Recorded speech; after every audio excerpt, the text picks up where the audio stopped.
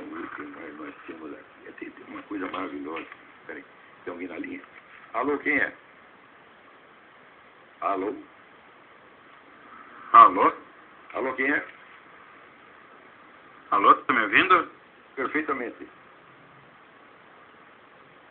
Ah. Alô? Caiu a ligação. Caiu a ligação.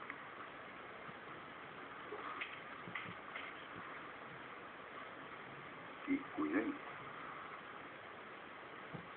Olha, aqui, né, um dia saiu na Folha, né, um delegado que tem lá uma gravação de uma conversa entre líderes do MST, né, mostrando que certas invasões de fazendas são feitas de maneira premeditada para destruir. Na gravação está lá assim, agora nós viemos aqui para pelo menos dar prejuízo para eles. Quer dizer, você está entrando lá, não é porque precisa daquela terra, para que ele quer ferrar com o fazendeiro mesmo, entendeu? Então é claro que é uma atividade criminosa, mas por que nós precisamos de uma gravação para provar uma coisa dessa que todo mundo já sabe? O que o MST produz? O MST hoje é o maior proprietário de terra no Brasil. E o que ele produz não basta nem para sustentar ele próprio. Então é claro que o objetivo não é a produção, o objetivo não é a agricultura. O objetivo é apenas impor um poder na região rural, como os soviéticos impuseram na Rússia, porque a estrutura, vocês estudaram um pouco de novo, a estrutura do MST é idêntica à dos soviéticos. Eles são, vamos dizer, uma organização política total, com toda a rede de instrumentos e serviços necessários para tomar o poder.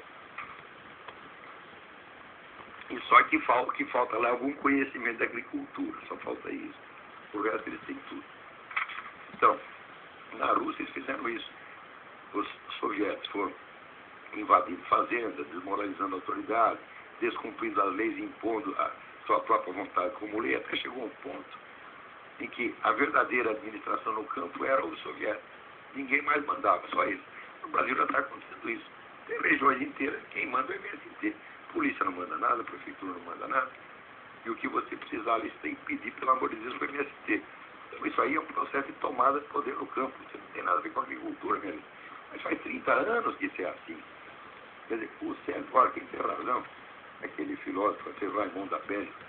Abelio, ele morou aí no Brasil, na América Latina, e ele disse o seguinte, olha, aqui, né, a evolução das ideias não acompanha o tempo histórico, acompanha o tempo geológico.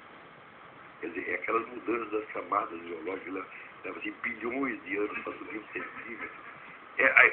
A percepção da realidade no Brasil é, de fato, ritmo de tempo geológico.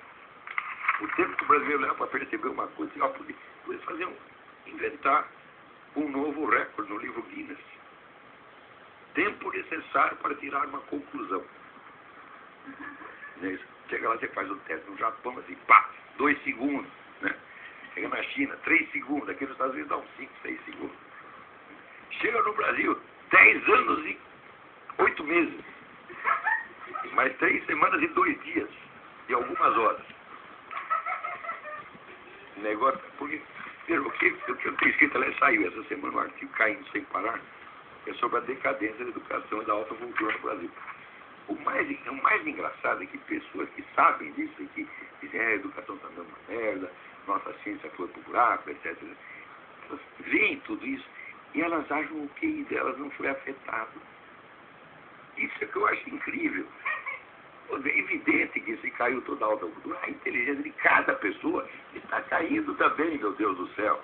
Porque inteligência não é um dom natural que se mantenha por si. Tá certo? Se você pegar um garoto que nasceu com QI 280, tá certo? E não der para ele um ambiente devidamente estimulante, ele vai endurecer. E vice-versa. Se você pegar um idiota como eu, tá certo? E der a ele um montão de livros, estímulo, etc., ele fica inteligente. Né? Então, eu continuo lendo, estudando, pensando, examinando as coisas, para não emborrecer. Agora, eu vejo para o pessoal da minha geração, o pessoal de 60 anos, que é a turma que está no governo, meu Deus do céu, eles são hoje mais burros do que eram, do que quando tinham 20 anos. Eu juro, para vocês, eu conheci muitos desses caras, porra. Né? Zé Dirceu e outros, né? O Luiz Falcão, eles até que tinham alguma inteligência 40 anos atrás. Por isso só tem aquela astúcia maliciosa, tá certo? De politiqueiro vagabundo. Né? O que é isso aí? É a decadência geral da alta cultura no Brasil. Quer dizer, a existência de alta cultura e de um bom sistema educacional é condição para que cada pessoa mantenha o seu QI elevado. Não é uma coisa externa que acontece só na sociedade. Eu acho incrível, até mesmo as pessoas que falam. Eu, quando falo da decadência da educação no Brasil, cada vez que eu vejo esse fenômeno, eu percebi imediatamente que eu tenho que me defender. Quer dizer, eu não posso me deixar afundar como a sociedade brasileira está afundando. Então o que eu faço é que tenho que estudar mais, tenho que treinar mais, tenho que me fiscalizar mais. As pessoas não eram tão seguras de si. Elas acham que a sua inteligência é o eixo imutável do universo. Né? Se cair o universo inteiro, né? O QI do negro vai continuar inabalável. E o que já bota, se pensar assim, já bota que é uma besta quadrada, porra. Porque se tem uma coisa que, olha, isso aqui é uma lei universal. Quanto mais burro você fica, menos você percebe que é burro. O burro é pior que o marido enganado. É o último a saber. O marido enganado ainda tem uma chance. Que alguém pode contar para ele. Né? Eu me lembro do filme Divórcio Italiano. Você mandava um bilhetinho assim com 2 chifres. Né? Mandava para o cara, seu fulano. Né?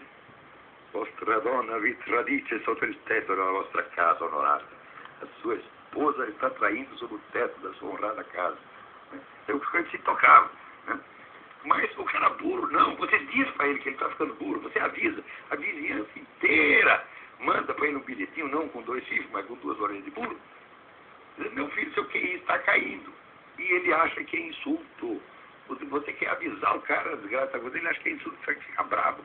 Não, eu estava falando isso por ciúme que você tem da minha inteligência. É uma coisa incrível, pô. Tem alguém na linha aí, vamos lá. Alô, quem é?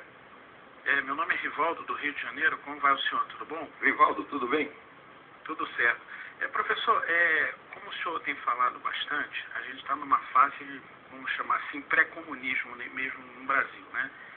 E eu fiquei pensando, poxa vida, onde é que tudo isso se originou, né? Estudando a história recente. Eu cheguei a ler um livro que foi do ex-ministro do Exército, do governo Geisel, né? Ideais Traídos. Não sei se o senhor já Silvio Frota, grande homem. Eu fiquei olhando assim, as pessoas parecem encaram o governo militar como se fosse um governo único. E olhando, vendo alguns depoimentos de pessoas que viveram a época, eu cheguei à seguinte conclusão. Parece que a turma do Geisel tinha verdadeiro ódio da turma do Médici, que era a turma desenvolvimentista mesmo, né? E mais outros relatos... nascerista. A ideia dele é o seguinte, põe todos os comunistas... Não sei se esse meu pensamento está correto. Sou eu. Ele queria ser o único comunista que existia, então assim, ele tinha uma adoração pelo poder estatal.